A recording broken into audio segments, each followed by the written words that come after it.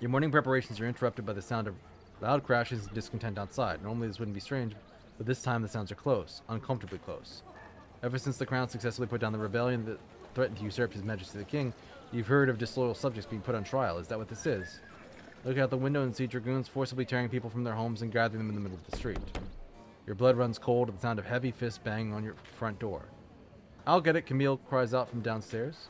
Before you can stop her, you hear her opening the front door downstairs. This is immediately muffled by the sounds of a struggle.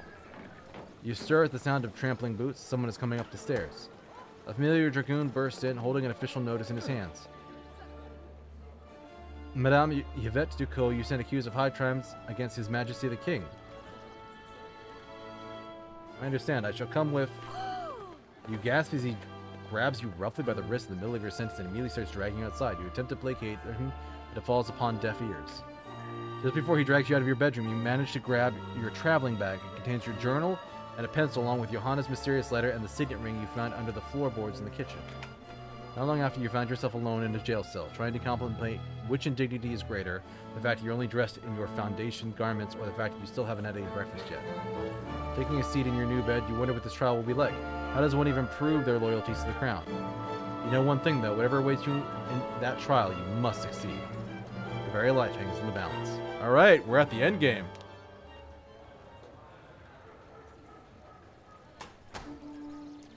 Next morning, you find yourself dragged into a crowded courtroom. It takes a second to realize that it's the most people you've seen in weeks. Looking around, you survey the crowd, feeling rare flashes of familiarity at some of the faces. It's likely you've seen them at various splendid parties over the years. Has it really been that long? Your life in Paris feels like it's just flown by. It feels like eons from your life in the country. A judge at the front of the courthouse clears his voice, jostling you from your reverie. Ah, yes. You're supposed to be dissuading them from making your head shorter. Making you a head shorter. That's why you're here. Pay attention, everyone. Return to your seats. I shall have an order in my courtroom. In the case we have before us, it's quite out of the ordinary. Still, I shall not allow this folly to sully the decency of these proceedings. Madame Yvette Ducot, you stand accused of leading a conspiracy against His Majesty King Louis XVI. This is a high crime indeed.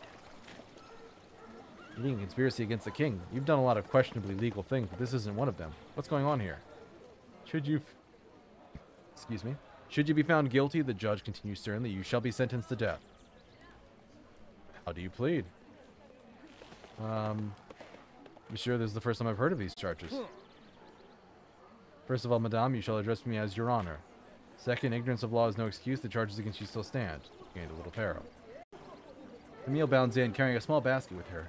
I heard you were being tried at the courthouse, so I came as quickly as I could. You were there when we were dragged out of the house, Camille! Uh-huh.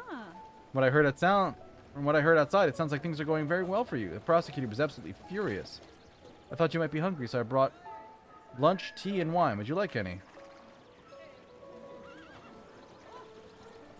At this point, you remember you haven't eaten since you were apprehended. Lunch and tea, please. Yes. Tea is strong, hot, and you immediately feel more invigorated. It'll be easier for you to be your charming and engaging self. You have gained credibility.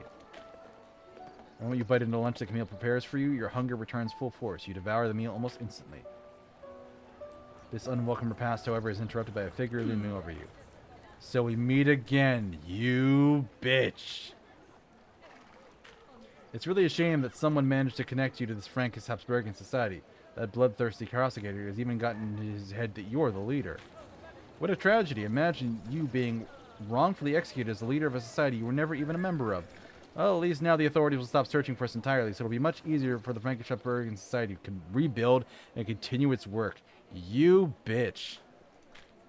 In fact, I imagine Armand will be extremely distraught by your passing and might even need a shoulder to cry on. At first, he'll be upset about my testimony, but that'll pass. In time, he'll understand that this was just a necessary evil. After all, I can be very convincing. You know what? Considering he was willing to throw Elizabeth the Painter under the bus for his society, I think he'd do that to us. He's an asshole and so are you. I'm going to throw you both out. So why don't you be a good little sacrifice and just die for us? Laugh while you can, Madame Dujardin, or should I say, Madame von Holben.